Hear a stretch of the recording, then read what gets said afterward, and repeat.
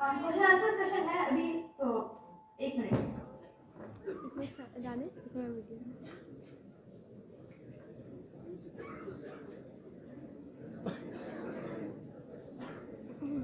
खिज़ां की रुत में गुलाब लहजा बना के रखना कमाल ये है। खिज़ां की रुत में गुलाब लहजा बना के रखना कमाल ये है। हवा की जिद पे दिया जलाना जला के रखना कमाल ये है। 1000 ताकत हो 100 दलीलें हो फिर भी लहजे में आजिज़ी से। 1000 ताकत हो 100 दलीलें हो फिर भी लहजे में आजिज़ी से। अदब की लज़्ज़त दुआ की खुशबू बसा के रखना कमाल ये है। मोअज़्ज़ज़ हाज़रीन, इसके साथ हम सवाल जवाब का मरहला शुरू करते हैं। आपसे गुजारिश है कि सवाल पूछने से पहले हैंड रेस करें, माइक आप तक पहुंचा दिया जाएगा।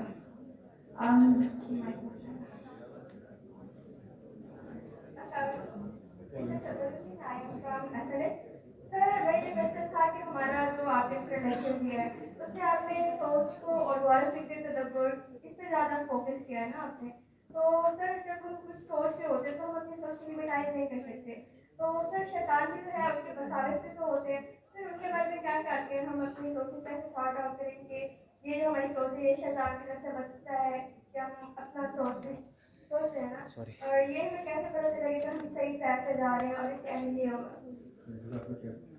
देखिए, एक तो शैतान की तरफ से कोई वसवसे आना और इस किस्म के ख्यालात आना, उसके बारे में नबी करीम सल्लल्लाहु अलैहि वसल्लम की हिदायत ये है कि आप जब भी कोई ऐसी सोच आए तो आप औज़ु बिल्लाहि मिनश शैतानिर रजीम पढ़ लें। सहाबा ने एक दफ़ा नबी करीम सल्लल्लाहु अलैहि वसल्लम से इरशाद किया कि या रसूल अल्लाह, कभी कभार हमें ऐसी सोच आती है कि हम आपके सामने भी बयान नहीं कर सकते, मतलब ऐसे ख्यालात आते हैं कि हम आपसे भी शेयर नहीं कर सकते। तो आपने फरमाया कि यही तुम्हारे ईमान की अलामत है। अब ये क्यों बात तुम्हारी ईमान की अलामत है? वो इसलिए कहा क्योंकि देखिए, जो चोर है ना, वो किसी ऐसे घर में चोरी करता है जहाँ पे माल होता है, या किसी ऐसे घर में चोरी करता है जहाँ माल नहीं होता। जहाँ माल हो वहीं चोरी करेगा। तो शैतान भी उस जगह पर हमला करता है जहाँ पे ईमान का माल मौजूद होता है। तो इसलिए आपने फरमाया कि ये तुम्हारे ईमान की अलामत है कि शैतान तुम्हारे पर हमले कर रहा है। और शैतान ने कुरान मजीद में आता है कि शैतान ने अल्लाह ताला से वादा किया था कि मैं इनका इंतजार करूंगा। कहाँ इंतजार करूंगा? सिरात मुस्तकीम पर। और फिर मैं इनके आगे पीछे दाएं बाएं से आऊँगा, वला तजिदु अक्सरहुम शाकिरीन, और ये ज़्यादातर तेरे नाशुक्र निकलेंगे। तो शैतान ने ये नहीं कहा था कि मैं इनका किसी क्लब या डिस्को के बाहर वेट करूंगा, क्योंकि वहाँ पे जो बंदा जा रहा है वो तो ऑटो पायलट पे चल रहा है। शैतान जो है ना, वो हमला ही उधर करता है जहाँ पे ईमान आना शुरू होता है अभी, और फिर जब इंसान उस मरहले से गुजर जाता है ना, फिर शैतान उसे डरना शुरू कर देता है। जैसा कि उमर इब्न खत्ताब के बारे में आता है कि आपने फरमाया कि ए उमर, तुम जहाँ से गुजरते हो शैतान दूसरी तरफ भाग पड़ता है। तो ईमान डेवलप करते करते ना, क्योंकि ईमान आहिस्ता आहिस्ता इंक्रीज करता है। तो जब भी आपको इस तरह की चीज़ें आ रही हो, एक तो आप पॉजिटिव रहें कि इंशाल्लाह ये मेरे ईमान है, तो ये चीज़ें आती हैं। और कैसे पता चले कि सही सोच क्या और गलत क्या है? जितना ज़्यादा आप कुरान मजीद के साथ जुड़ेंगे, जितना ज़्यादा आप उसको तदब्बर के साथ पढ़ेंगे, गौर व फिक्र के साथ पढ़ेंगे, कहीं पे फंस जाते हैं तो जो नॉलेजेबल लोग हैं उस फील्ड के, उनसे आप बात कर सकते हैं, जिस तरह किसी भी फील्ड में होता है। तो इंशाल्लाह this way you will stay on track. और इसके साथ एक और चीज़ भी है कि अच्छे लोगों की सोबत इख्तियार करें, ताकि कोई भी आपके डाउट्स हो, क्वेश्चन हो, तो वो वहाँ से भी रिजॉल्व हो सकते हैं। तो एक अपने आप के इर्द गिर्द आपने एक नेटवर्क क्रिएट करना है ताकि आप ऑन ट्रैक रह सकें इंशाल्लाह। अस्सलाम वालेकुम। फर्स्ट ऑफ ऑल, मेरा नाम भी ज़ाहिर रहमान है और मैं अल्लाह पाक की दुआ करता हूँ कि मेरे अंदर भी वो लाइट आए जो आपके अंदर है माशाल्लाह। मेरा क्वेश्चन ये है कि sir, keeping in view the young generation जो अभी एक्स जनरेशन है, जी जनरेशन है, इसमें मैसेज को अट्रैक्ट करने के लिए बहुत मुश्किल होता है कि आप अपने फ्रेंड जोन में ये सारी की सारी चीज़ें इंकलकेट करें। तो आप क्या सजेस्ट करेंगे कि यूथ के लिए, if you want to attract the youth, आप अपने फ्रेंड जोन को अट्रैक्ट करना चाहते हैं और आप एक सही रास्ते पे चलना भी चाहते हैं, so what are your suggestions in this? देखिए, सबसे पहली बात ये है कि आप अपने दीन के अतबार से ना कभी भी कोई चीज़ कॉम्प्रोमाइज़ नहीं करेंगे। ये नहीं हो सकता कि आप कुछ बनने के लिए, कोई इंप्रेशन डालने के लिए कोई ऐसी चीज़ करें जो शरिया के बाहर है। तो मैंने कहा था उस अम्ब्रेला के अंदर ही रहते हुए हमने जो कुछ भी करना है। तो हमारा दीन इतना डायनामिक है कि वो आपको बहुत सी चीज़ें अलाउ करता है उसी अम्ब्रेला के अंदर। फॉर एग्जाम्पल, मैं आज आपके सामने एक नॉन ट्रेडिशनल अटायर के अंदर मौजूद हूँ। वैसे जब मैं मसाजिद में कोई खुतबा देता हूँ या जुमा पढ़ाता हूँ, वैसी चीज़ों तो इस तरह नहीं जाता, क्योंकि अभी मुझे पता है कि मस्जिद की ऑडियंस ये हजम करने के लिए तैयार नहीं है। ठीक है, इसी तरह से अगर मैं टीवी पे जाता हूँ तो टीवी पे भी वो जो एक टिपिकल सेटअप होता है ना, उसी के अंदर आपको जाना पड़ता है। बल्कि वो तो आपके ना यहाँ तक के बटन सारे बंद करवा देते हैं कि जी बिल्कुल आप इस तरह शेरवानी पहन लेंगे। तो वो जो अपना एक स्टाइल है वो उसके साथ यूज टू है, लेकिन हमारा दीन हमें अलाउ करता है। तो सबसे इंपॉर्टेंट चीज़ मैं समझता हूँ कि you have to be relatable, you have to be relatable. देखिए मैं ज़्यादा आपके सामने वो बुकिश बातें करके या बहुत ज़्यादा मैं फलसफे झाड़ के कोई शायद आपको फायदा भी ना हो। मैं यहाँ पे एक होता है ना, नॉर्मली जो लोग तकरीर के स्टाइल में बात करते हैं कि यूं है वो है अपना, वो क्या करते हैं बहुत ज़्यादा तकल्लुफ हो रहा होता है अल्फाज में, और हो सकता है कि वो बात जो है अगले के ऊपर उस तरह असरअंदाज ना हो। तो जो बात दिल से निकलती है वो असर रखती है, सही। तो जब भी आपने किसी के साथ बात करनी है तो उसका एक तरीकाकार ये है कि आप दिल से बात करें, आपके अंदर एक सिंसियरिटी हो। अगर आप सिंसियर हैं तो बिलीव मी आपकी बात बहुत अच्छी तरह से रिसीव की जाएगी। और अभी जो ग्लास आपके सामने यूं आपको नजर आ रहा है, आमतौर पर लोगों का ग्लास ऐसे उल्टा हुआ होता है, वो रिसीव करने के लिए तैयार है, जिनके बारे में आप बात करें कि कुछ लोग होते हैं उन्हें अब इस ग्लास में मैं पूरा जग भी डाल दूं पानी का, इसमें कतरा भी नहीं जाएगा। तो पहले मैंने उसको रिसीविंग के मोड में लेके आना है। वो रिसीविंग का मोड कैसे होगा? By me being friendly, by me being approachable, by me being gentle and delivering the message in the beautiful packing. Packing उसकी अच्छी होनी चाहिए। अगर पैकिंग ही गलत है तो ये ऐसे ही है कि कील उठा के लोगों के मुंह पे नहीं दे मारना, हमें प्यार से देना है। एज ए मैसेंजर जो है ना, नबी का काम ये था कि अच्छे अंदाज में लोगों तक दीन पहुंचाना, तो आपने यही करना चाहता।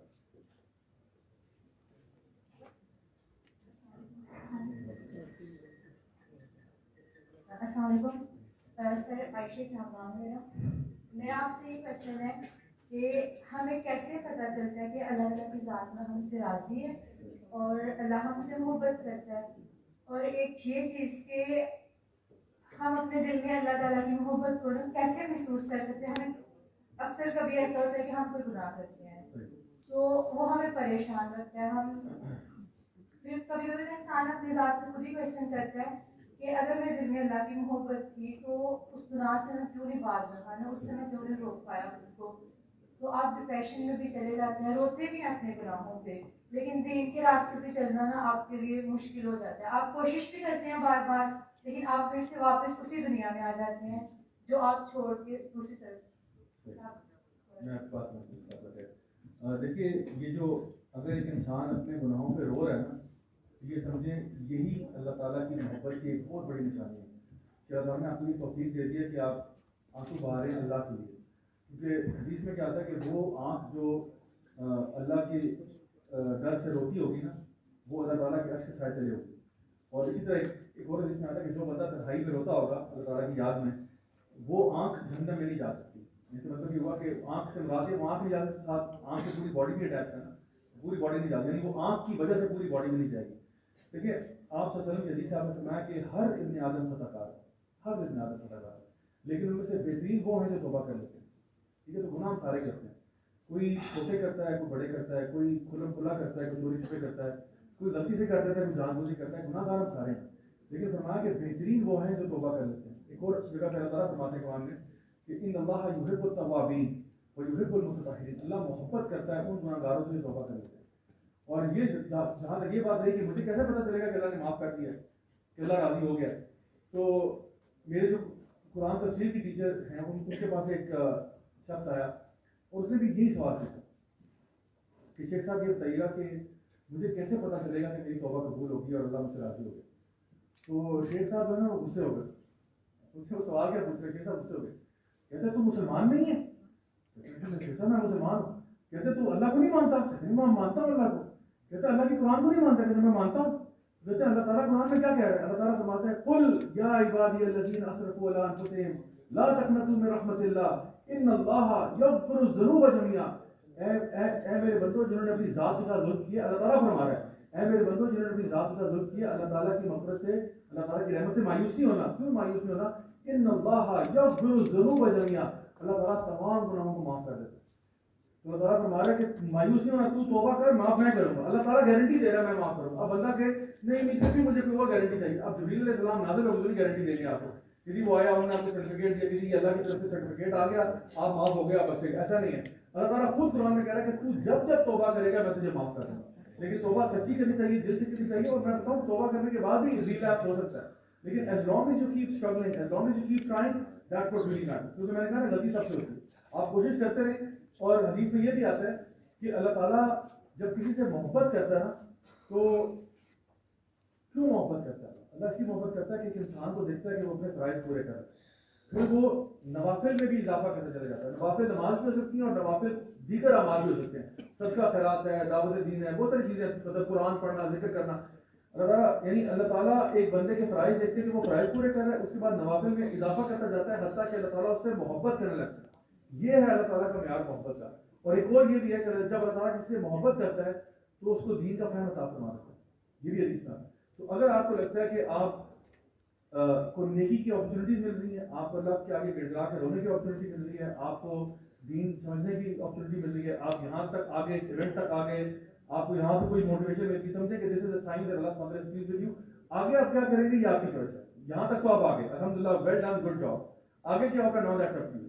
सो either you can make it from here, या इंसान के चलो यार हो गया इवेंट, ठीक है यार, और उसके बाद back to the same mode, वो नहीं करता। एक छोटा सा क्वेश्चन और था कि आप ना, ठीक है, अल्लाह ताला आपसे मोहब्बत करता है, आप अल्लाह ताला से करते हैं, लेकिन आप अल्लाह ताला सॉरी अल्लाह ताला की मोहब्बत में अल्लाह ताला की मखलूक के आगे अपनी ज़ात की नफी कैसे करते हैं? क्योंकि बाज़ बात ऐसे होते हैं कि हमें किसी की बात बुरी लगती है, हम इग्नोर कर देते हैं, वो इंसान बार बार वही हरकत कर रहा है, तो हमें उसे एक जवाब देना होता है। तो आप मतलब आप समझ रहे होंगे मेरा क्वेश्चन कि अपनी ज़ात की नफी कैसे करते हैं? ठीक है। सो द थिंग इज कि नबी करीम सल्लल्लाहु अलैहि वसल्लम के पास एक सहाबी है, उन्होंने फरमाया कि या रसूल अल्लाह, मेरे फैमिली वाले जो है ना मेरे साथ बहुत बुरा सलूक करते हैं और मैं उनके साथ अच्छा सलूक करता हूँ। वो मेरे साथ जुल्म करते हैं और मैं फिर भी नरमी से पेश आता हूँ। वो मेरे साथ बदतमीजी करते हैं, मेरे साथ ज्यादतियाँ करते हैं, लेकिन मैं उनका जवाब उसका नहीं देता। तो आप हज़रत फरमाया कि अगर ऐसा ही है जैसे तुम कह रहे हो, तो अल्लाह तुम्हारे लिए काफ़ी हो जाएगा, या अल्लाह तुम्हारी हिफाजत के लिए एक फरिश्ता भेज देगा। और फरमाया कि क़यामत के दिन अल्लाह ताला ना इनके मुंह में सूखी राख डाल देगा। यानी सूखी राख का मतलब ये हुआ कि सूखी राख अगर मुंह में चली गई है तो आप बोल नहीं सकते, तो यानी ये इनके मुंह बंद हो जाएंगे और अल्लाह ताला सिर्फ तेरी सुनेगा, इनकी नहीं सुनेगा। तो आप जो है ना देखें, लोग अपना ज़र्ब दिखाएंगे आपको। You will not be able to control everyone in this world, ठीक है, you only have control over yourself.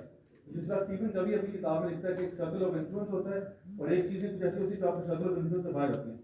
आप कैसे रिएक्ट करेंगे ये तो आपके कंट्रोल में है, लेकिन दूसरे कैसे एक्ट करेंगे ये आपके कंट्रोल में नहीं है। लोग बदतमीज हो रहे हैं, लोग गालियां निकाल रहे हैं, लोग बुरा भला कह रहे हैं, वो उनका ज़र्ब है, वो अपना दिखा रहे हैं, आप अपना दिखाएं, यू स्टिल बी गुड। हाँ, किसी को एजुकेट करने के लिए अच्छे अंदाज में, प्यार से, मोहब्बत से एडवाइस करना बुरी बात नहीं है। देखिए, एक होता है किसी को जलील करना और एक होता है एडवाइस करना। लेट्स सपोज कोई बदतमीजी करता है, इसी ऑडियंस में बदतमीजी करता है, अब ये है कि मैं भी बदतमीजी शुरू कर दूं, गाली वो गालियां निकाल रहे, मैं भी शुरू कर दूं, अब वो ये तो अच्छी बात नहीं। अगर अच्छी बात है तो क्या है कि इंसान उस टाइम पे रिएक्ट ना करे, ओके भाई आप उससे ना बाहर अकेले में बात करिए, बाहर जाके प्यार से समझा दिया। क्योंकि इमाम शाफी रहमतुल्लाह फरमाते हैं कि to advise someone in private is to advise him, to advise them in public is to humiliate them. तो लोगों को ह्यूमिलिएट ना करें, प्राइवेटली एडवाइस करें। अब वो समझ जाए, अल्हम्दुलिल्लाह, नहीं समझता तो आपका फिर कोई कंसर्न नहीं। जज़ाकल्लाह खैर। वक्त की कमी के बायस हम सिर्फ मज़ीद 2 सवाल ले सकते हैं।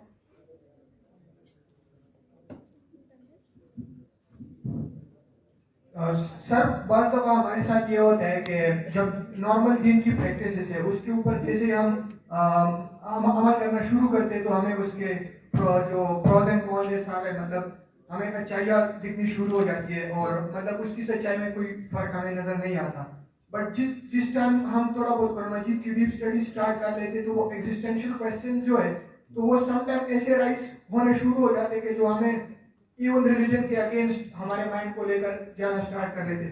उस टाइम फिर हमारे माइंड में ये आते कि इससे पहले मैं जनरल एक नॉर्मल मुस्लिम, लेमैन मुस्लिम था and I was going very well in the direction of the religion, but जैसे ही मैंने डीप स्टडी स्टार्ट की so I am going to deviate from the right path. So ऐसे में आप क्या सजेस्ट करेंगे कि हमें स्टडी नहीं करनी चाहिए? देखिए, मैं ये आपसे उनकी हदीस है, आपने फरमाया कि जब इंसान डाउट में आए ना, whenever you are in doubt over anything, go back to that which you know is true. So for example, आपको कोई किसी चीज़ के अंदर एक लगा कि यार ये मुझे बात समझ में नहीं आ रही, अब तो वो उसको हम डील कर लेंगे कि आलम से जाकर मशवरा लिया आ सकता है। लेकिन अगर आपने फंस गया ना कि यार ये ऐसे क्यों हुआ, ये वाक़या ऐसा क्यों हुआ, ये फलां चीज़ हुई, तो आपको उसको छोड़ो, फिर मैं ज़रा इनको बैक टू बेसिक्स। अल्लाह है जी है, अल्लाह वाहुल्ला शरीक है, इस्लाम दीन फितरत है, नबी करीम सल्लल्लाहु अलैहि वसल्लम आखिरी रसूल है और कुरान मजीद अल्लाह की आखिरी किताब है। Go back to that which you know to be true. इसलिए मैंने कहा कि अक्ल और शऊर के साथ आप एक मकाम तक पहुंच जाएं कि मैं इस बात पे कन्विंस हूं कि Islam is the true religion. वो जब आप कन्विंस हो जाएं उसके बाद स्टेप बाय स्टेप आगे जाएं। और जहाँ पे भी देखें कोई भी बंदा अगर कोई भी सब्जेक्ट अपने ओन पे पढ़ रहा है ना तो कहीं ना कहीं उसको लड़खड़ाने का चांस बनता है। फॉर एग्जाम्पल, एक बंदा है वो मेडिसिन की किताबें अपने ओन पे पढ़ रहा है, तो हो सकता है कि वो क्योंकि कोई उसके साथ टीचर नहीं है, कोई उसके पास कोई ऐसा बंदा नहीं जो उसको समझा सके, कहीं ना कहीं वो डिविएट कर जाए उसी टेक्स्ट से। आप यहाँ पे दाखिला आपने नफ्स में क्यों लिया? आप यही किताबें घर में भी पढ़ सकते थे ना, लेकिन आपको प्रोफेसर की जरूरत पड़ती है, because at any point you need guidance, you need somebody to hold your hand and tell you कि नहीं बेटा इस तरह नहीं करते, ये यूं करते हैं। तो इसी तरह से अपने साथ ऐसे लोगों को जोड़ कर रखना जो आपसे ज़्यादा नॉलेजेबल है दीन के जुना मामले में, ऐसे लोग जिनका ज़्यादा फेथ स्टेबल है, उनके साथ रहना। इसीलिए अल्लाह ताला फरमाते हैं कुरान मजीद में कि या अय्युहल्लज़ीना आमनू तक़ुल्लाह व कूनू मअस सादिक़ीन, ऐ ईमान वालों अल्लाह का तक़वा इख्तियार करो और जो सादिक़ीन हैं, जिनके कौल और फेल में मजाक नहीं है, जो अच्छे प्रैक्टिस मुसलमान है, उनके साथ हो जाओ।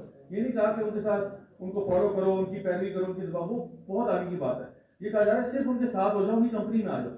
उनकी कंपनी में आओगे ना तो वो क्या कहते हैं, खरबूजे को देखिए क्या होता है, खरबूजा रंग पकड़ता है। तो अगर वो आपकी कंपनी में है तो आप उनके साथ कॉफी पीने जाओ, आप उनके साथ क्रिकेट खेलो, आप उनके साथ मस्जिद जाओ, उनके साथ साथ रहोगे तो इंशाल्लाह आप अपने ईमान को बचा पाओगे। तो ये एक शॉर्ट सोल्यूशन है कि जब भी आपको डाउट आए, go back to basics and try to stay connected with those people who are more knowledgeable than you are.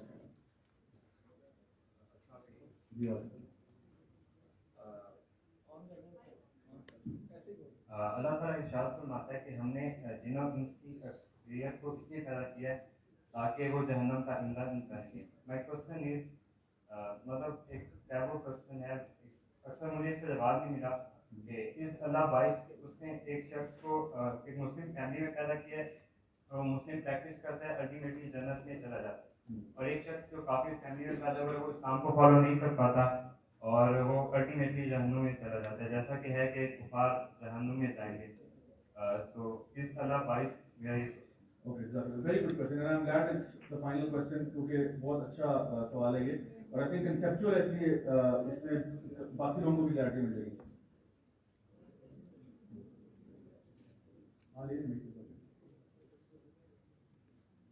Okay, so you have to understand कि अल्लाह सुब्हानहू व तआला 4 किस्म के लोग हैं जो दुनिया में पाए जाते हैं। सबसे पहले वो लोग हैं जो पैदा हुए, मिसाल के तौर पे जिसका टार्जन है ना, जंगलों में पैदा हुए, वैसे बड़ी रेयर एग्जांपल है, लेकिन सपोज टार्जन की मिसाल लेते हैं। जंगल में पैदा हुआ, गोरिल्लास ने पाला उसको, ठीक है, और माँ बाप तो शुरू में ही उनका इंतकाल हो गया था और वो इसी तरह से मर जाता है, ठीक है। अब टार्जन जो है वो जन्नत में जाएगा या जहन्नम में जाएगा, ये एक बड़ा वैलिड सवाल है। तो अल्लाह सुब्हानहू व तआला कुरान मजीद में इरशाद फरमाते हैं कि अल्लाह ताला तब तक पनिश नहीं करता किसी भी कौम को, किसी भी ग्रोह को, जब तक उनके ऊपर मैसेज वाज़ेह ना हो जाए, ठीक है। दूसरी बात हमें ये भी पता है नबी करीम सल्लल्लाहु अलैहि वसल्लम के हदीस में कि हर बच्चा जो पैदा होता है वो फितरत पे पैदा होता है, हर बच्चा जो है वो मोनोथीइज्म पे पैदा होता है। और इसके बारे में एक बड़ी इंटरेस्टिंग रिसर्च भी है, ऑक्सफोर्ड यूनिवर्सिटी के प्रोफेसर ऑफ एंथ्रोपोलॉजी की डॉक्टर जस्टिन बैरेट उनका नाम है, उनका एक पूरा रिसर्च पेपर है इसके ऊपर कि every child is born believer in God. और वो ये कहते हैं कि अगर आप मुख्तलिफ बच्चों को लें और डिफरेंट आइलैंड्स पे छोड़ दें और without any external influence, parents का कोई इन्फ्लुएंस नहीं है, they will all grow up believing in one God, यानी वो अपनी फितरत के ऊपर अगर रहें, अपनी इनेट डिस्पोजिशन पे रहें, तो they will and up believing in one God. तो हम ये कह सकते हैं कि टार्जन जो है, अगर उसको कोई और इन्फॉर्मेशन नहीं थी, वो फितरत पे ही था और वो जानता था कि कोई तो है जो निज़ाम से चला रहा है, ऑल्दो उसको नहीं पता था कि अल्लाह का नाम क्या है, because he never heard it from anybody, कभी नमाज नहीं पढ़ी, कभी रोजा नहीं रखा। लेकिन टार्जन की बख्शिश का यानी जो है ना एक बहुत हैवी चांस है, क्योंकि वो फितरत के ऊपर था और ऐसे चल रहा, तो इंशाल्लाह इसकी बख्शिश हो सकती है। दूसरा हम एग्जांपल लेते हैं थोड़ी सी इससे एडवांस लेवल की, वो है किसी ऐसे एस्किमो की जो साउथ पोल में रहता है फॉर एग्जांपल, और वहाँ पे वो उसका इग्लू है, उसकी फैमिली है छोटी सी, और वहीं पे वो ये सील वॉलरस वगैरह खाता है, और बिल्कुल सिंपल लिविंग है। तो कभी कभार डिस्कवरी चैनल और नेशनल ज्योग्राफिक के लोग जो है वो जाते हैं, तो he is not like torsion जहाँ पे कोई ह्यूमन इंटरेक्शन नहीं है उसका, उसके अपने भी बच्चे भी हैं और लोग भी कभी कभार बाहर से वहाँ आते रहते हैं। अच्छा, ये उनसे पूछता है भाई तुम लोग क्या वहाँ करते हो, क्या होता है, बताते हैं जी वहाँ हवाई जहाज भी होते हैं, वहाँ हेलीकॉप्टर होते हैं। अच्छा, तुम लोग बिलीव क्या करते हो? उन्होंने कहा हमारे यहाँ क्रिश्चियन भी होते हैं, जूस होते हैं, मुसलमान होते हैं, हिंदू होते हैं, फलां होते हैं, ढका होते हैं। तो वो मतलब क्यूरियस है कि okay what do people believe in. तो उसने कहा कैसा बताओ, क्रिश्चियन, जूस, ये वो।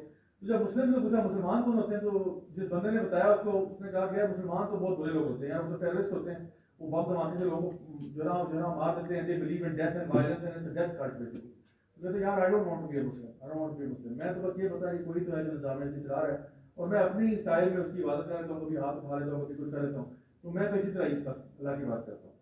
और उसको ये भी पता कि अल्लाह को अल्लाह कहते हैं, क्या कहते हैं, उसको कहता है कि जो भी है उसको मैं एहसास करता हूँ, ये भी बख्शा जाएगा। क्यों? क्योंकि नबी करीम सल्लल्लाहु अलैहि वसल्लम के दौर में ना कि नबूवत से पहले एक शख्स था जो कि काबा के पर्दों से लिपट के रोया करता था और कहता था कि ये या अल्लाह मैं जानता हूँ कि मेरी कौम जो है ये दीन इब्राहिम पर नहीं है, और मैं जानता हूँ ये जिन बुतों की इबादत कर रहे हैं ये तू इससे बरी है, सबसे बरी है तो सैयद आयशा ने तो पूछा कि रसूलुल्लाह उसका क्या बनेगा, वो जो बंदा था, वो जो आपकी नबूवत से पहले इंतकाल कर गया, तो उसका क्या बनेगा। ये he was one of the last people जो यानी जो प्रॉफिट्स का सिलसिला चला और उनकी जो तालीमात है वो तकरीबन खत्म हो चुकी हैं, अब नए नबी आए।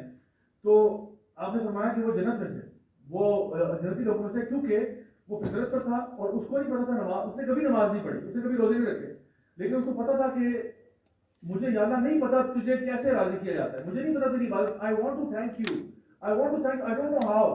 तो क्या करता था, काबा के पर्दों से लिपट के रोता था, ये उसकी इबादत थी बस। तो आपने फरमाया बख्शा गया वो, क्योंकि उसको और कोई नॉलेज ही नहीं था ना, उसको कौन बताता भाई नमाज पढ़ते हैं पहले अल्लाह अकबर करते हैं फिर सूरह फातिहा, उसको क्या पता कि क्या चीज है, उसको नहीं पता था। तो आपने कहा बख्शा गया। वैसे वो ओवरऑल अच्छा इंसान था और अल्लाह को मानता था और इस्लाम में फौत हो गया। अब आते हैं तीसरी कैटेगरी की तरफ। तीसरी कैटेगरी वो है जो मैं हूँ या आप है या कोई भी बंदा जो आज दुनिया में जिंदा है और मॉडर्न वर्ल्ड में आज रहता है, जिसके पास यानी सोर्सेज हैं, सोर्सेज ऑफ नॉलेज हैं, उसके पास इंटरनेट भी है, उसके पास किताब भी है, उसके पास लाइब्रेरी भी है, उसके पास चर्च भी है, उसके पास जना मस्जिद मंदिर सब कुछ है। और या तो वो बॉदर्ड है अपनी आखिरत के बारे में और वो सोचता है और वो रिसर्च करता है और हद तक पहुंच जाता है, या वो बॉदर ही नहीं करता। और जो बॉदर नहीं करता वो मुसलमान भी हो सकता है और वो नॉन मुस्लिम भी हो सकता है।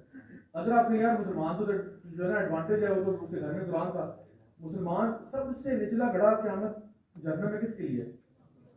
मुनाफिकों के लिए। और जो ना मुनाफिक बाय डिफॉल्ट मुसलमान था और फिर मुनाफिक बना, वो बना तो उसको अल्लाह ताला काफिर कह देते। मुनाफिक वो है जिसको ऊपर से वो मुसलमान ही था लेकिन असल में कॉल और फेल में तजाद पैदा हो गया और उसने कहा ठीक है, लेकिन मतलब उसको तो कोई एक्सक्यूज नहीं है उसके पास। उसको तो पहले पकड़ होगी कि तेरे तो घर में कुरान पढ़ा हुआ था, तेरे तो घर के साथ मस्जिद थी, तू कैसे एक्सक्यूज दे रहा है कि मुझे नहीं पता था।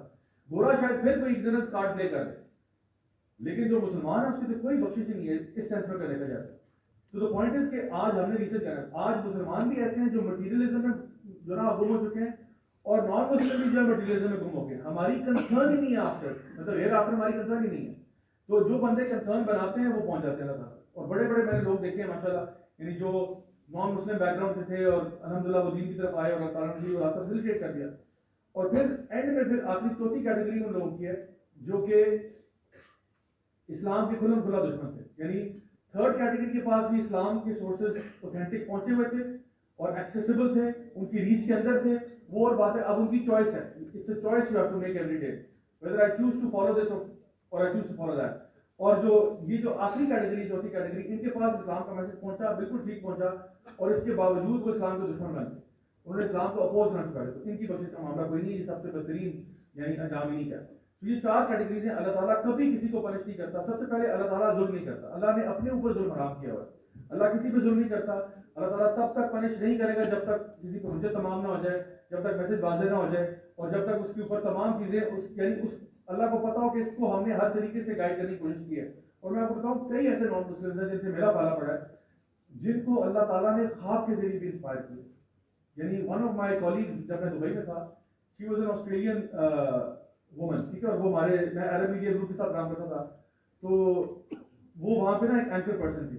तो वो ऑस्ट्रेलिया चली गई, मैं पाकिस्तान आ गया, पाकिस्तान आके मैं मौलवी हो गया। अच्छा, एक दिन वो 2 साल गुजर गए इस तरह, तो उसका मुझे ना ईमेल आया, तो मुझे कहती है कि हे ज़िया हाउ आर यू ब्ला ब्ला ब्ला। तो वो मुझे फेसबुक पर फॉलो करती, उसने देखा कि भाई ये तो थोड़ा मौलवी टाइप हो गया, तो उसने कहा कि I have a dream to discuss with you. I said okay fine, tell me. तो उसने कहा कि I saw a dream last night and it was the most vivid dream I ever saw. I said okay explain to me. तो कहती है कि मैंने उसमें देखा कि मैं जो हूँ ना, there is some chapter in your book, it's called सूरह फातिहा।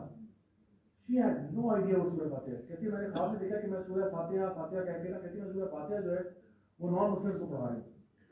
तो what does this mean? Allahu Akbar. मैं अपने मेरे जो हदीस के टीचर थे, हालांकि मुझे पता था ख्वाब बहुत अच्छा है, लेकिन मैं उनके पास गया, मैंने उनको बताया, कहते हैं ये तो बहुत अच्छा ख्वाब है, ये तो पता नहीं क्या बला बनने वाली है दीन के अंदर। तो मैंने जब उसको जो है ना मैसेज किया, उसने कहा okay thank you very much. महीने बाद उसका दोबारा ईमेल आया और उसने कहा मैंने इस्लामिक स्टडीज में मास्टर्स डिग्री के अंदर जो है अपने आप को एनरोल कर लिया है ANU में, ऑस्ट्रेलियन नेशनल यूनिवर्सिटी में। मैंने कहा सुभान अल्लाह यार, अल्लाह ताला, and she had no idea what सूरह फातिहा। कभी कभार अल्लाह ताला जो है ना वो ख्वाबों के जरिए भी इंसान को इंस्पायर कर देता है, और तो अल्लाह ताला जब तक तमाम नहीं करेगा कभी भी किसी को पनिश नहीं करेगा। क्या मुझे आंसर हाज़रीन की पुरज़ोर फरमाइश पर और राजा साहब की इजाज़त से हम 2 से 3 क्वेश्चंस और ले रहे हैं।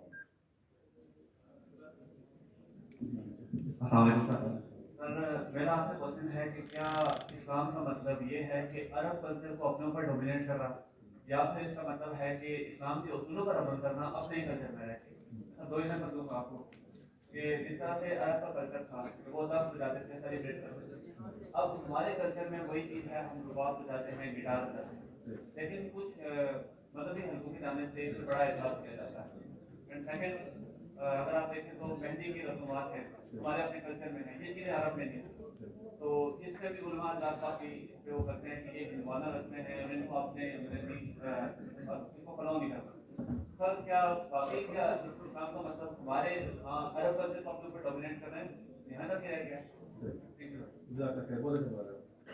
देखिए, कल्चर और इस्लाम की हम बात करते हैं तो ये देख लें कि बहुत से कल्चर दुनिया में ऐसे हैं जो कि अच्छी बातें भी हैं और बुरी बातें भी हैं। मिसाल के तौर पे मैं जब इंग्लैंड में था तो मैं पोर्ट्समथ शहर में था। अब पोर्ट्समथ जो है ना वो एक इंटरनेशनल सिटी है इस सेंस में कि वहाँ पे बहुत सारे एक्सचेंज स्टूडेंट्स आते हैं। वहाँ पे मतलब ब्रिटिश तो है ही हैं, उसके अलावा Portuguese, Spanish, French, Greeks, Italians, ये वहाँ बहुत ज़्यादा है। तो मैं सारों में इन था। अच्छा, एक चीज़ जो ब्रिटिश कल्चर में बड़ी आम है वो ये है कि वो लोग क्यू अप करते हैं, वो लाइन बनाते हैं, ठीक है। तो मिसाल के तौर पर वो कहीं पे भी जा रहे होंगे ना, किसी बैंक के बाहर या किसी जगह के बाहर, वो लाइन बनी होगी, और अगर कोई प्राइम मिनिस्टर भी आ जाए वो भी लाइन में खड़ा होगा। ये बहुत अच्छा कल्चर है और ये एंड इस्लाम के मुताबिक है। ये आजकल ये ब्रिटिश बना हुआ कल्चर, लेकिन ये कल्चर जो है ये एक्चुअली इस्लामिक है और हम इस्लाम इसको इंडोर्स करता है, बिकॉज हमारा कल्चर जो है वो कुरान और सुन्नत पे बेस्ड है। तो it has to pass through this filter, यानी जिस तरह चाय को आप छानते हैं ना, तो चाय की जो पत्ती है वो उस फिल्टर में रह जाती है और नीचे चाय निकल जाती है, तो जो एक्चुअल चीज पीने वाली है। तो अगर कोई चीज इस फिल्टर में एक्सेप्टेबल हो जाए, we accept it, 2 thumbs up, ठीक है। अच्छा, उन्हीं के यहाँ कल्चर ये था कि वहां पे जब लड़के लड़कियां हम लोग अपने जे डेज में दौरे जालियत में जब मिलते थे तो हक भी करते हैं और चीख पे किस भी करते हैं। This was like a cultural thing, ठीक है। और वो यानी हमारे यहाँ तो नहीं है, लेकिन वहाँ पे ये बिल्कुल नॉर्मल सी बात है, वो आके हक करते हैं किस किस। तो ये चीज जो है ना ये शरिया कंप्लाइंट नहीं है, ये उनका कल्चर है, लेकिन हमारे दीन में एक्सेप्टेबल नहीं है, ठीक है, क्योंकि हमें कहा गया कि आपने महरम नौ महरम की आपस में एक तमीज है। अच्छा, फिर अरबों के यहाँ चले जाएं। अरबों के यहाँ कल्चर, एक कल्चर वहाँ पे ये मैंने देखा, मैं वहाँ पे दुबई में, अबू धाबी में तकरीबन 4 साल रहा, तो वहाँ पे अरबों को मैंने कल्चर देखा कि बहुत मेहमान नवाज है। हमारे पाकिस्तान में भी कई ऐसे लोग हैं जो कल्चरली बहुत मेहमान नवाज है, अरब भी बहुत मेहमान नवाज है। आप उनके घर चले जाए वो पूरा इतना कुछ पकड़ के ले आते हैं आपके लिए खाने के लिए, और एक इंसान हैरान होता है कि यार मैं एक बंदा हूँ, इतना कुछ कैसे खाऊंगा, लेकिन वो बाहर बहुत मेहमान नवाजी करते हैं। तो ये जो मेहमान नवाजी की बात है, ये तो हमारे जो कुरान सुन्नत का फिल्टर है उसमें एक्सेप्टेबल है, उसमें से आ जाती है, पास कर जाती है। क्योंकि इब्राहिम अलैहिस्सलाम का जिक्र कुरान मजीद में आता है कि उन्होंने जो 2 गैस फरिश्ते आए थे ना, उनके लिए बछड़ा पका के ले आए थे पूरा, हालांकि गैस 2 थे। तो ये बिल्कुल ठीक चीज़ है, सही है, कोई मसला नहीं। लेकिन उन्हीं अरब्स के यहाँ बेली डांसिंग का भी कल्चर है, ये उनकी टोटली कल्चरल प्रैक्टिस है। तो वहाँ पे वो अक्सर अपनी कोई पार्टी वगैरह होती है, वो औरतें ले आते हैं, वो वहाँ पे जो है ना डांस शुरू कर देती हैं, वो बहुत गौरव है। वो कहते हैं अभी भी this is culture, this is culture. बात ये कल्चर जो है ना ये इस्लामिकली एक्सेप्टेबल नहीं है। ये जो आपने औरत को ऑब्जेक्टिफाई किया, उसको नचाया, ऐसा कुछ किया, इस तरह का मुख्तसर लिबास बनाया, this is not acceptable. So Islamic values के खिलाफ जा रहा है। तो पॉइंट इज कि कई चीजें आपके कल्चर में ऐसी होंगी जो कि एक्सेप्टेबल होंगी, कई एक्सेप्टेबल नहीं होंगी। फॉर एग्जाम्पल, आप अगर हमें बताया कि जी आपने अपने आप को कवर करना है, ठीक है, मर्दों ने भी कवर करना है, औरतों ने कवर करना है। मर्दों के लिए बता दिया नेवल से लेके नीज तक कवर करना, कम से कम ये मिनिमम है, ठीक है। औरतों की जो शरिया रिक्वायरमेंट है वो डिफरेंट है कि उन्होंने अपने आप को पूरा कवर करना है। तो अब मैं जैकेट पहन लूं, मैं टी शर्ट पहन लूं, मैं शलवार कमीज पहन लूं, मैं शेरवानी पहन लूं, मैं as long as I am following, मैं सिंधी ड्रेस पहन लूं, मैं बलोची पहन लूं, मैं पठानों वाली जो ना चितारी टोपी पहन लूं, everything is fine, it's all good, it's all good, सब कल्चरली एक्सेप्टेबल है, it's perfectly fine. Islam allows you for that. जरूरी नहीं मैं थोप पहन के आऊं और ऊपर इमामा पहन लूं, ये जरूरी नहीं है। तो I can wear my own cultural dress. अब अगर मैं स्कॉटलैंड में हूं और मैंने वहां पे किल्ट पहना हुआ है, किल्ट जो है वो मेरे यानी जो है घुटनों को कवर कर रहा है, अल्हम्दुलिल्लाह, तो that's fine, I can even wear that because that's also शरिया कंप्लायंट, वो शरिया के खिलाफ नहीं। तो इस्लाम अलाउज यू कि आप अपने कल्चर के साथ रहें। लेकिन अगर कोई ऐसे कल्चरल एस्पेक्ट्स हैं जो आपके दीन से टकरा रहे हैं, फिर आप वो नहीं करेंगे। अरबों के यहाँ ये कल्चर था, ये रिलीजन नहीं था कि वो बच्चियों को दफन करते थे। उनके किसी मजहब में था कि बच्चियां दफना, क्या कह रहा, कोई उनका दीन था ऐसा, कोई खुदा कहते थे कि बच्चियां क्यों दफनाते थे? क्योंकि कल्चर ये था। कल्चर ये था कि औरत जो है ना वो एक सेकंड रेट सिटीजन है। कल्चर ये था कि औरत जो है वो बैड इन्वेस्टमेंट है, आप उसको पैसा लगाते हो, रिटर्न ऑन ROI नहीं मिलेगा आपको, रिटर्न ऑन इन्वेस्टमेंट नहीं आपके पास। और दूसरा ये कि अगर ये कहीं हरास हो गई, रेप हो गई, कुछ हो गया तो ऊपर बदनामी आ जाता है, और फिर ये कि यानी जंगों में कैदी चली गई, कुछ और हो गया, क्योंकि वीकर चीज है। तो इसलिए वो क्या करते थे, कहते यार इतनी बड़ी सरदर्दी लेने की जरूरत नहीं है, इसको जो है ना मतलब दफना दो। तो ये उनका कल्चर था, आपने आकर उस कल्चर को तोड़ा, ठीक है। अच्छा, वहां पे यानी और भी बहुत सारे कल्चर्स उनके ऐसे थे जो कि शराब और ये चीजें सब उनके कल्चर की प्रैक्टिस थी, लेकिन इस्लाम ने आके ना उनके कल्चर को भी फिल्टर किया, ये तुम्हारी तमाम कल्चरल प्रैक्टिस जो है ना ये जायज नहीं है। अब कुछ लोग होते हैं कहते हैं हम तो टोस्ट करते हैं, हमारा कल्चर है कि जी हेयर चीयर्स चीयर्स, ये टोस्ट है, भाई इस्लाम इसको एक्सेप्ट नहीं करता। तो बिल्कुल इसी तरह से अल्लाह ताला के नबी सल्लल्लाहु अलैहि वसल्लम ने म्यूजिक से रिलेटेड भी अहकाम बता दिए कि ये चीजें आपके लिए परमिसिबल है, ये परमिसिबल नहीं है। इसी तरह से नाच गाना हो गया या कोई भी इस किस्म की चीजें या फ़नून लतीफ़ा जो है उनमें कई चीजें आपके लिए अलाउड भी हैं जो कि इस्लामिकली एक्सेप्टेबल है within certain boundaries, within certain limits, open for all access नहीं है। तो आप अपने आप को, अपने कल्चर को कुरान और सुन्नत के हिसाब से वे आउट करते हैं। आप बेसिकली इन दो उलूम का मुताला करते हैं। अब आप देखते हो कि जी मेरी लाइफ में जो जो चीजें आ रही हैं अगर वो इनसे टकरा रही है, कुरान और हदीस से टकरा रही है, मैं ये नहीं कह रहा अरब कल्चर से, जो कुछ कुरान और हदीस में मौजूद है उससे जो कुछ चीज टकरा रही है, then I have to leave that aside. Anything that is acceptable within this framework I accept it, and उसके अंदर इस्लाम आपको प्लेंटी ऑफ फ्रीडम देता है। अब देखिए मैं आज जैसे मैं अपने बाइक पे आने लगा था, तो अल्हम्दुलिल्लाह you can ride a motorcycle, you can drive a nice car, you can do all of these things. इस्लाम आपको मना नहीं करता। वहां पे अगर अच्छे घोड़े थे, आप अच्छी बाइक रख लें, नो प्रॉब्लम, लेकिन आपके अंदर तकब्बुर और गुरूर ना है। ये ना हो कि अच्छी गाड़ी की वजह से आपके अंदर ना वो कमर आपकी पकड़ जाए और आप अपने आप को धन्य मान लें, ऐसा नहीं होना चाहिए। तो as long as you stay within these boundaries you can follow your cultural practices also. बच्ची करने के बाद आखिरी सवाल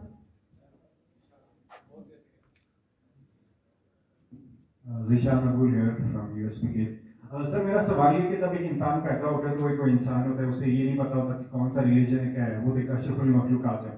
उसके बाद वो अपने पेरेंट्स या जो भी अपने फॉलोअर, पेरेंट्स नहीं हुए होते हैं, वो किसी भी रिलीजन को फॉलो करवाते हैं।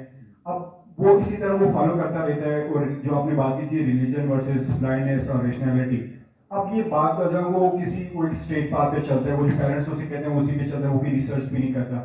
अब ये कैसे फैसला होगा कि वो कौन सच पे था और कौन गलत था? तो ये कॉन्ट्राडिक्ट कैसे होगा? क्योंकि जिस टाइम बच्चा पैदा होता है उसे तो उस टाइम ये अकल नहीं होती कि कौन सा ठीक है और कौन सा गलत है। अगर वो इसी पाथ पे आगे जाके चलता है और वो चेंजिंग करने की कोशिश करते हैं, तभी उसे एक प्रॉब्लम क्रिएट हो जाती है, सोसाइटी में प्रेशर होता है। तो ये अब इस क्या ये बच्चे के पे छोड़ देना चाहिए कि वो खुद फैसला करे, या उसके उस जो ब्लाइंडनेस है या कोई भी अगर पाथ है, अगर वो पाथ दूसरा है जो पेरेंट्स ने फॉलो किया वो गलत था, देन व्हाट हैपेंस? अच्छा, इसका थोड़ा सा तो मैंने जवाब दे दिया था। यहाँ से सवाल हुआ था, इन्होंने भाई ने पूछा था, तो मैंने इसका थोड़ा बहुत बताया था, लेकिन मैं इसको मजीद वाज़ेह कर देता हूँ। देखिए इसकी मिसाल यूँ समझें कि आप अगर अपने आप को, जिस तरह मैंने अभी ट्रेन की मिसाल दी था कि आपकी आंखें खुलती हैं, आप ट्रेन में उठे हो एकदम से, तो अब आपके अंदर ये सवाल तो है, अगर आपको चलें कोई बता भी देता कि ये ट्रेन वहाँ जा रही है, यहाँ जा रही है, या कुछ एग्जाम्पल चले एक और मिसाल लेते हैं, आपके अंदर आंखें हॉस्पिटल में खुल रही, आप आंखें खोलते हो, आप हॉस्पिटल में आए और आप देखा कि वहाँ पे डॉक्टर साहब हैं, डॉक्टर साहब जो है वो आपको बताते हैं कि बेटा आप जो है ना, आपका नाम क्या है? तो आप कहते हो मुझे याद नहीं आ रहा, हो जाता। तो आपसे पूछते कि आपका स्कूल क्या है, आप कहाँ पढ़ते हो, कि काम करते हो, आप कुछ याद नहीं आ रहा। तो डॉक्टर साहब कहते हैं बेटा असल में ना आप एक हादसे का शिकार हुए थे, जहाँ पे ट्रेन का एक्सीडेंट हुआ है, और उस ट्रेन के एक्सीडेंट में कई लोग जहाँ हुए, कई जख्मी हुए, आपको भी कुछ कंकशन थी, तो मुझे लगा शायद मैं आपको काफी चेक करूँ, तो अभी आपको कंकशन तो चली गई है, बट आई एम अफ्रेड आपकी मेमोरी लॉस हो गया। तो वो फिर जो है ना नर्स से कहता कि जी कुछ इनके साथ बैग वगैरह थे वो लेके आइएगा। अब वो ट्रेन में जो बैग बचे थे वो लेके आके, अब वो आपका हुलिया देखते हुए ना कोई बैग आपके साथ मैच कर देते कि यार आपके इस वजह से ना ये बैग लगता है कि शायद आपका होगा। तो उसने कहा कि आपको याद आ रहा है ये बैग आपका? आपने कहा कि डॉक्टर साहब मुझे तो ऑनेस्टली मुझे नहीं पता। कहते नहीं बेटा आई थिंक आपका ये, बिकॉज बाकी कोई पिंक है, कोई ब्लू है, कोई पर्पल है, तो ये नहीं लगता कि आपकी पर्सनैलिटी के साथ मैच कर रहा है, ये शायद बैग आपका होगा, दूसरा जो दिया था। अब उस बैग को उसने खोला, उसमें से डायरी निकाली, उसमें से आपका नाम लिखा हुआ था, या पता नहीं आपका है या नहीं है। उसने कहा कि आपका नाम यहाँ पे XYZ लिखा है, आपके पेरेंट्स का नाम लिखा है, ये आपका एड्रेस भी लिखा हुआ है। तो बेटा यहाँ लिखा है कि आप इंजीनियरिंग यूनिवर्सिटी के स्टूडेंट हैं और आप इस वक्त जो है ना अपने आखिरी सेमेस्टर में और वगैरह वगैरह, और बेटा ये आप पकड़े और अब आप घर जाए, तो 6 महीने बाद आना, तो मैं आपका ना मजीद चेकअप कर लूंगा। Now as you leaving the hospital you are faced with 2 questions. The first question is believe everything the doctor told you, कि यू आर पर्सन XYZ, जो भी नाम बताया आपका, ये आपकी बैकग्राउंड है, ये आपके पेरेंट्स हैं, और इसके साथ साथ ये बात कि आप इंजीनियरिंग यूनिवर्सिटी स्टूडेंट हैं और तो सारा कुछ आप बिलीव कर लें। या सेकंड ऑप्शन ये है कि इन्वेस्टिगेट कर लो। इन्वेस्टिगेशन के लिए कि यानी आप जब हॉस्पिटल से निकल रहे हैं, सामने आपके रोड है, पीछे आपका हॉस्पिटल है, तो बजाय आगे जाने के आप पीछे जाएंगे और जरा पता कर ले, maybe I should go and look at other patients who are here and maybe somebody looks like, maybe मैं तो पहचान नहीं सकता लेकिन मुझे कोई पहचान ले और बता दे कि कुछ है। या फिर maybe I should go to the police station और पता करूं कि जी कौन लोगों की डेथ हुई है। Maybe I should go to the morgue and look at those people dead bodies, देखूं, मुझे शायद आइडिया हो जाए कि मे बी कोई में से मेरा जाने वाला निकला गया, मैं किसी को पहचान लूं, उसकी शक्ल मुझसे मिलती है। सो मे बी एक इन्वेस्टिगेशन का प्रोसेस करूं and maybe I shouldn't believe the doctor blindly. So एक रैशनल लॉजिकल ह्यूमन बीइंग जो है वो क्या सोचेगा, वो कहेगा कि जी मैं डॉक्टर की बात मान लूं जो भी कह रहा है, या मुझे इन्वेस्टिगेट करना चाहिए। क्या करना चाहिए? इन्वेस्टिगेट करना चाहिए। तो देखिए जिंदगी में भी ऐसे ही है, हम जिंदगी में आगे आंखें खोली, पेरेंट्स ने बताया कि बेटा तुम ये हो, अब चाहे हिंदू हो, क्रिश्चियन हो, जू हो, एथियस्ट हो या इवन मुसलमान हो, तो मुसलमान में भी XYZ डिफरेंट मकासद पर फिक्र है। तो होता क्या है कि हम लोग अक्सर औकात ब्लाइंड एडहेरेंस करते हैं, इस हद तक ब्लाइंड एडहेरेंस करते हैं कि we have no clue why we are who we are. अब मिसाल के तौर पर जब मैं इंग्लैंड गया ना, तो इंग्लैंड से पहले मुझे 3 चीजें पता थी और वो तीनों शैटर हो गई। कैसे शैटर हुई? एक ये था कि हम पाकिस्तानी हैं, हम पाकिस्तानी, बेटा हम पाकिस्तानी हैं, पाकिस्तानी हैं, ठीक है ना। अभी इंडिया को आके तो ज्यादा ही पाकिस्तानी हो गया। तो एक तो कहा बेटा हम पाकिस्तानी और पाकिस्तानी बहुत ज्यादा होते हैं, मैं कहा अल्हम्दुलिल्लाह, I am happy to be Pakistan and I am happy to be Pakistan. दूसरा मुझे कहा बेटा हम लोग राजे हैं, ठीक है, और राजे जो है ना वो नंबर 1 होते हैं, ठीक है, इसीलिए राजों की शादी राजों में ही होती है। वो बात है कि मैं पहला राजा जिसने राजों के बाहर शादी की है, ठीक है। तो अभी आपको इस बात को जान के मजीद खुशी होगी कि मेरी लव मैरिज हुई है।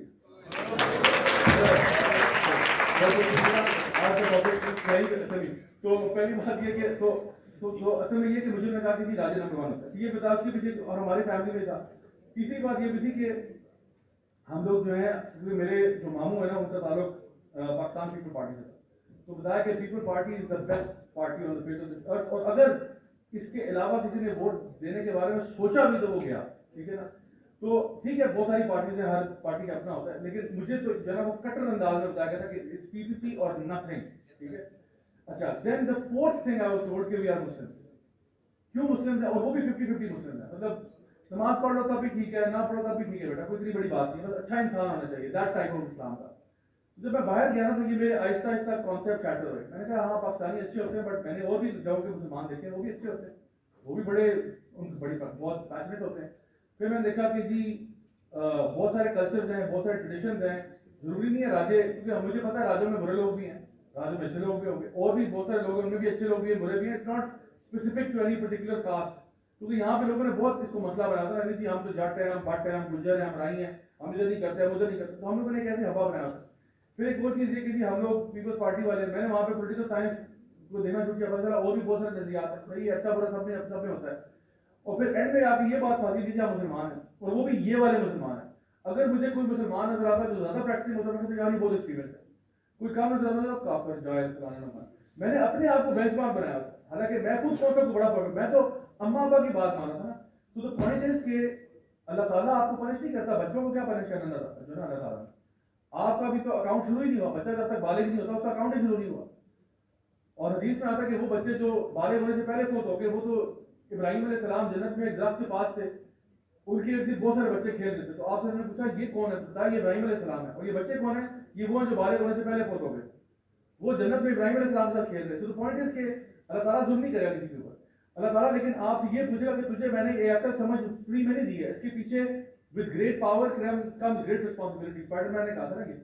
तो अल्लाह ताला ने अगर आपको अक्ल और शऊर दिया, इसका सवाल होगा आपसे, ये नहीं कि बस आपको अकल इसलिए दी है कि आप जो है ना पैसे कमाएं, डॉलर कमाएं, नोट छापें, ऐशियां करें और बस मर जाएं। हम जानते हैं हर चीज का मकसद है पूरी दुनिया में, पहाड़ों का, जमीन का, बादलों का, चरिंद परिंद हैवान, हर चीज का मकसद है। तो अल्लाह के बंदे तेरा कोई मकसद नहीं, तू अशरफुल मखलूकात है, you are the greatest of creation, तेरा कोई मकसद नहीं है, तू यहाँ फ्री में बस ऐशा करने के लिए भेजा गया।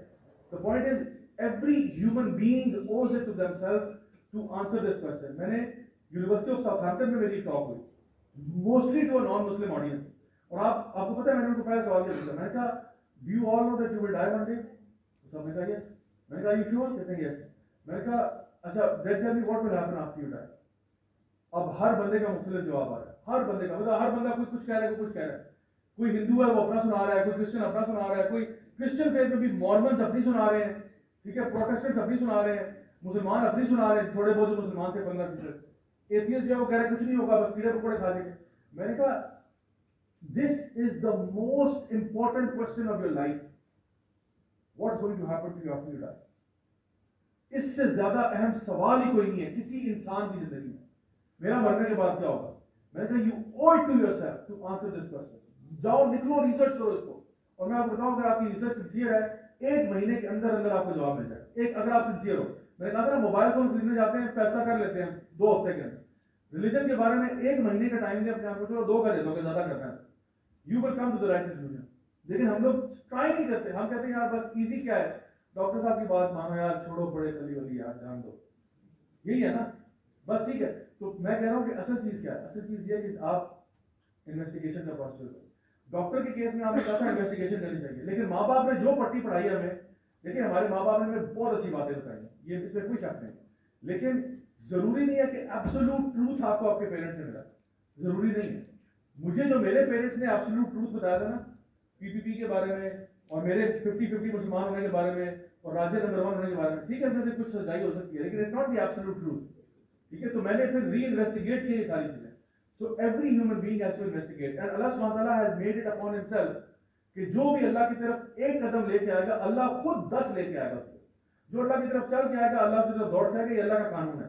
सो whoever shall seek will find Allah subhanahu wa ta'ala। Hope that makes sense। जज़ाकल्लाह।